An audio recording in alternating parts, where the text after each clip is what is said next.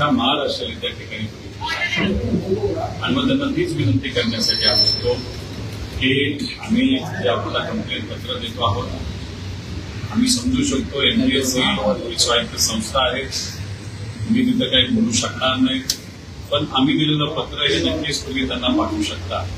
तुम्ही जर बघितलं असेल याच्या आधी सुद्धा अजून त्या लोकेश पाटील आहे, नंतर गौरव पाटील आणि ऋषिकेश दोन जे युवा आहेत त्यांनी एक पत्र तुकाराम मुंढे साहेबांच्या ऑफिसला दिलं होतं 21 तारखेला आणि त्याच दिवशी संध्याकाळी तुकाराम मुंढे साहेबांच्या ऑफिसने एमपीएससी आयोगाला ते पत्र आणि ते सगळे पुरावे तिथे पाठवले होते आणि तुमच्या लेवलवर तुम्ही निर्णय त्या ठिकाणी योग्य पद्धतीचा घ्यावा अशी विनंती केली.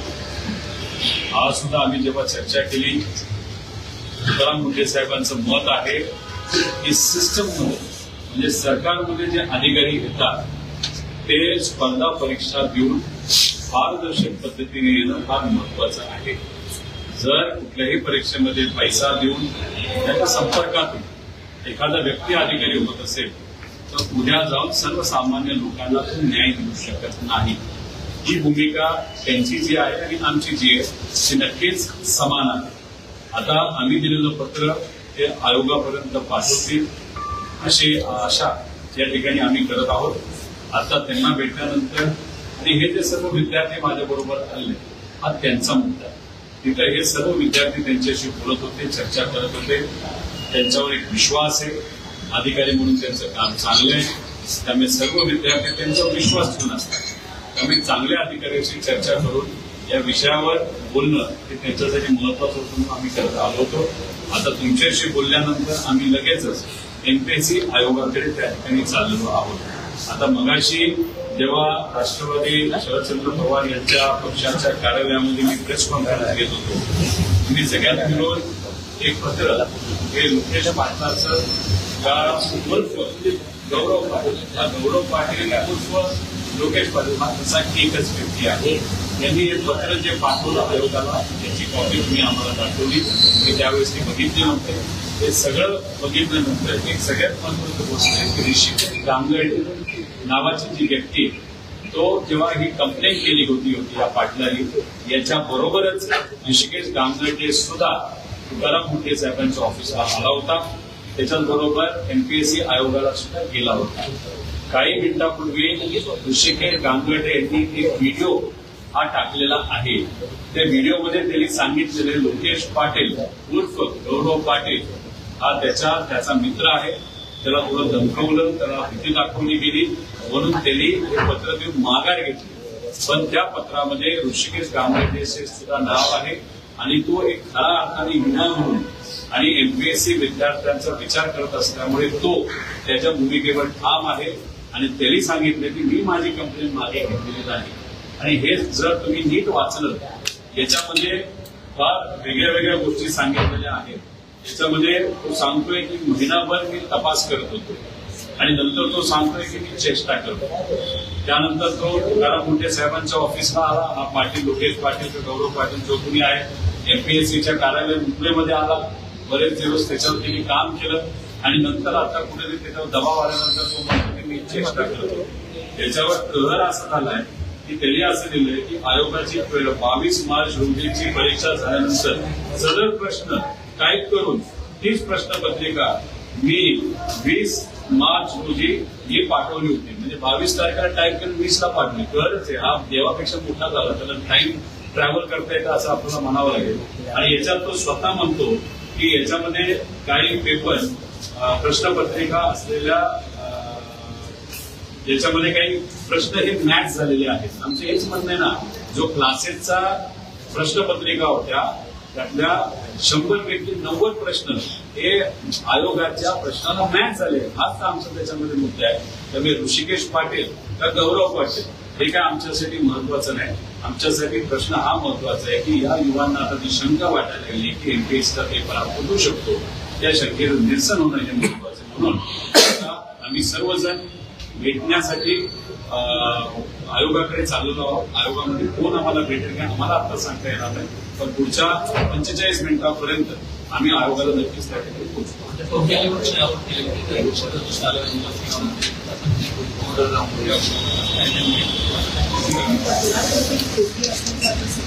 तक्रार हीच आहे ना. ऋषिकेश पाटील आणि गौरव पाटील आणि लोकेश पाटील हे असं नाव दिलेलं आहे. पण ऋषिकेश गांगेडे हा सुद्धा तक्रार करणारा व्यक्ती आहे ना. या माणसाबरोबर ऋषिकेश गांगेडे सुद्धा तक्रार केली होती.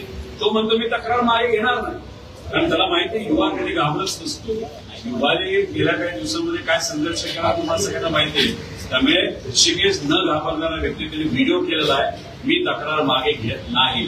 त्यामुळे मग आयोगाला हेच पत्र दाखवून आमचा टाइम वेस्ट न करता जो ऋषिकेश गांगेडे आहे नाही तर आता आम्ही जी कंप्लेंट करत आहोत हे सगळे जे विद्यार्थी आहेत त्याच्यातलेच त्यांच्यावर इम्पॅक्ट झालेलं नाही, त्यांच्या मित्रांवर, मैत्रिणींवर, बहिणींवर अन्याय झालेला आहे. हे लोक त्या सर्व विद्यार्थ्यांच्या वतीने तिथे लढत आहेत आणि आम्ही त्यांना पाठिंबा देत आहोत.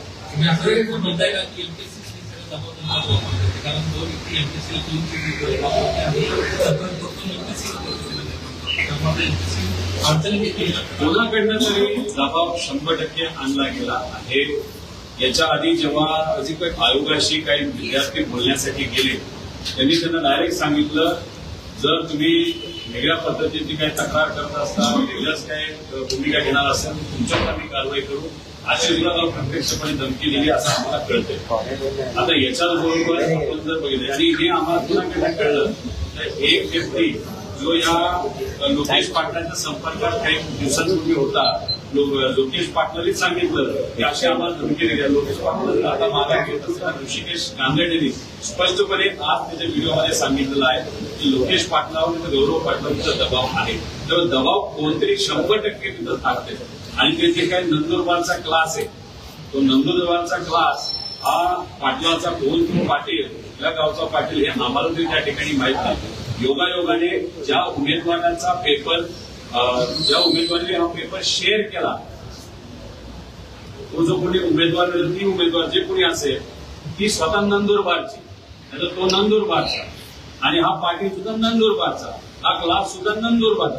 हा पाटील नंदुरबारच्या क्लासचा जो प्रमुख आहे तो नंदुरबारचा आहे आणि हे जो याच्यामध्ये ज्यांनी पेपर शेअर केलाय ते सुद्धा जे 6व्या नंबरला निवडून आलेले आहेत, त्यांचं 6व्या नंबरवर त्यांचा नंबर लागलेला आहे ते सुद्धा नंदुरबार. कुठं ना कुठेतरी काय ना काहीतरी लिंक आहे, काय ना काहीतरी याच्यामध्ये बोलतंय असं आमचं सगळ्यांचं मत आहे. ठीक आहे मग नजीक पीछे मॅडम मीनाक्षी मागे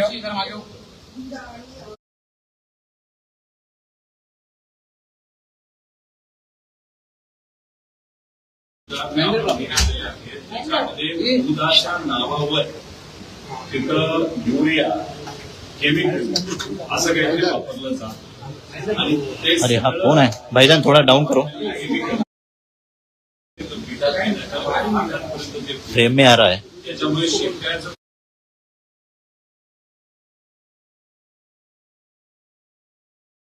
मिळत नव्हतं आणि कॅमेरामॅन को बोलो म्हणजे 1 किलो नागपूरपर्यंत जाईपर्यंत केबल ठेवणार आहे.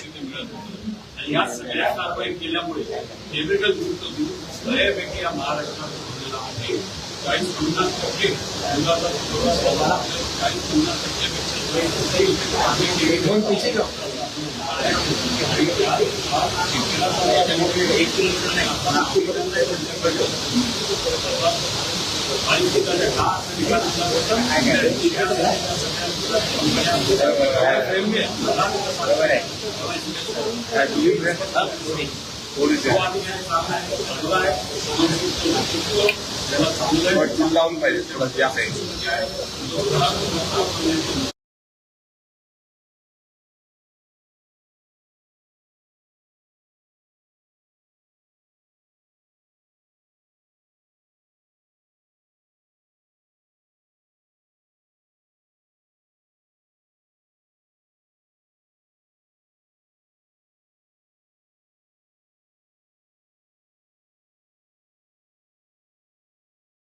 पास तो जो वहाँ पे पास ऑलरेडी वो ये जो मुकेश पाटिल है, गौरव पाटिल है और एचडी सांगड़े है, उनके तरफ से ऑलरेडी ये प्रूफ आए थे। और ये जो पाटिल है बात बोल रहा है कि मैं प्रसाद के वहां में दिया, वो खुद यहाँ पे जब आया था सीरियसली वो बोल रहा था बहुत गलत हुआ है, पेपर थोड़ा है, लीक हो गया, बहुत लोगों पे अन्याय हो गया। अभी उसके ऊपर क्या दबाव आ गया मालूम नहीं। आप इसके लिए पत्र दिया, इसके बारे में आपने हमको रेफरेंस दिया था, जो अभी मैंने खुद वहां पे पढ़ा। लेकिन उसके साथ जो ऋषिकेश कांगड़ है वो एप्लीकेंट है, उसने ये देखो, उसने अभी एक वीडियो वहां पे डाला है।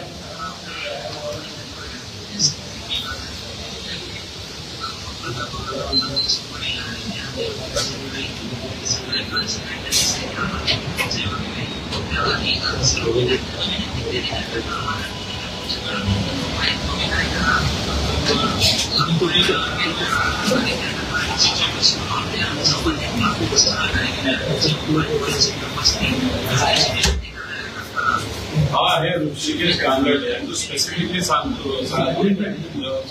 पे बता रहा है कि जो पाटिल था, उसका नाम गौरव पाटिल, उसका नाम एक्चुअली गौरव पाटिल, लेकिन वो खुद को लोकेश पाटिल नाम पे कंफ्यूज हो गया। तो अभी उन दोनों ने मिलकर यहाँ पे तकरार की थी, एमपीएससी में तकरार की थी। उसी दिन तुकाराम मुंडे साहब के ऑफिस ने वो तकरार एमपीएससी ऑफिस को भेजी थी। आज भी हमने वो पूरे प्रूफ उनको दिए और वो पूरी तकरार जो है हमारी कंप्लेन है वो एमपीएससी ऑफिस भेजेंगे। लेकिन उनका ये कहना था अगर कोई भी पैसा देके या गलत तरीके से सिस्टम का हिस्सा होने का कोशिश वहां पे गलत है। काम करने के लिए अच्छे अधिकारी होना बहुत इम्पोर्टेंट होता है। इसलिए अगर ये चीज सही है तो ये बहुत गलत चीज है। लेकिन ये जो भी है एमपीएससी आपको बता सकते हैं। अभी एमपीएससी को मिलने अभी वहां पे हम जा रहे हैं।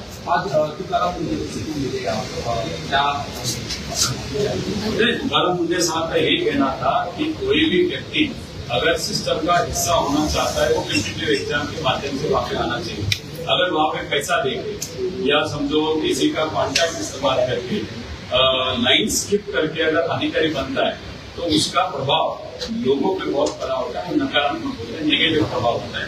इसलिए कोई भी सिस्टम, एग्जाम देने की सिस्टम हो, एग्जाम लेने की सिस्टम हो, जो भी है वो फुल प्रूफ होने की बहुत इम्पोर्टेंस होता है। और इसीलिए अगर आपने जो ये प्रूफ दिए हैं हम एमपीएससी को भेजते हैं, एमपीएससी उसके बारे में जो निर्णय लेने को लेगी, क्योंकि वो स्वायत्त बॉडी है। लेकिन ये अच्छे अधिकारी होने के नाते और ये जो बच्चे हैं जो बाकी बच्चों के लिए वो लड़ रहे हैं, उनका भी कहना था एक अच्छे अधिकारी के साथ मिलकर बात करके उससे चर्चा करना बहुत इम्पोर्टेंट है। और ये पूरा इंस्पेक्टर ये जो पद है वो एफडीए के अंदर आता है, मतलब तुकाराम मुंडे पद के अंदर वहां पे आते हैं। इसलिए आज उनसे सर आपने कहा कि अभी कंप्लेन वापस नहीं लेंगे, इनको आगे करके दिखाना है कि आपका डरता नहीं। एक बार थोड़ा पीछे जाओ, पीछे पेपर लीक न होने चाहिए। अगर पेपर लीक क्यों होते हैं तो उसमें पैसा बहुत बड़ा लेगा होता है, करप्शन होता है। उसी के साथ अपने विचार के लिए जो भाजपा का सरकार है तो भाजपा के विचार के लोगों को जानबूझ के सिस्टम में डाला जाता है ताकि एक तो पगार सरकार से ले और काम भाजपा का वहां पे करे। तो ये जो चीजें है वो गलत होती है। इसलिए हमारा हर वक्त यही कहना होता है कि ये फुल प्रूफ सिस्टम चाहिए जहाँ पे पेपर नहीं फूटना चाहिए। जब आपने देखा होगा तलाक की भर्ती के वक्त हमने बोला था, लेकिन हमको सरकार ने बोलते हुए बोला था आप झूठ बोल रहे हो, आपके ऊपर एफआईआर होनी चाहिए। लेकिन अब एक मैट क्वासी जुडिशियल बॉडी है, उन्होंने खुद वहां पे सरकार को बोला कि तलाक की भर्ती में भ्रष्टाचार हुआ है, 62 केसेस में हुआ है, वो केसेस ज्यादा भी हो सकते हैं, तो वहां पे आप एक्शन ले लो। तो हम जब भी बात करते हैं फिर बोलते हैं, हम कहाँ पे भी कोई भी चीज हमें में बात नहीं करते। जो इम्पोर्टेंट है ये भी चीज बहुत इम्पोर्टेंट है, इसीलिए एफआईआर होके